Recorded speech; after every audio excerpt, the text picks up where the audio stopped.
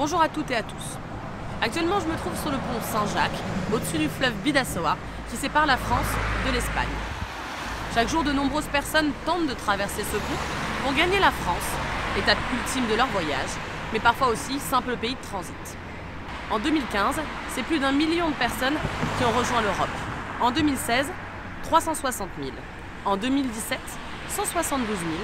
Et en 2018, nous en sommes à 116 000. Alors comme vous pouvez le constater, de moins en moins de personnes rejoignent l'Europe.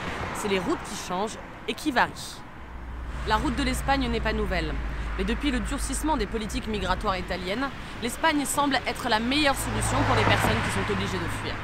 Demander l'asile dans le pays dans lequel on arrive est un droit fondamental, un droit humain qui devrait être respecté. Et pourtant ici, chaque jour, des personnes sont renvoyées de l'autre côté de la frontière, qu'elles soient majeures ou mineures.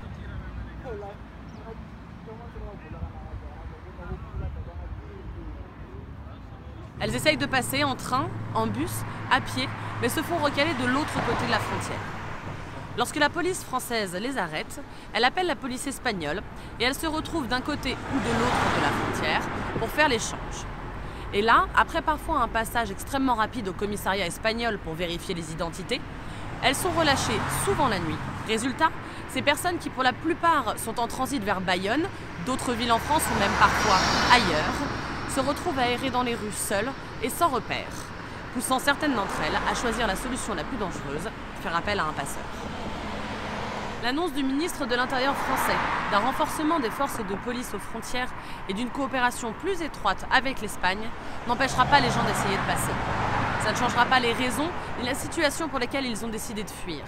Ça ne fera que les mettre plus en danger et leur faire prendre plus de risques.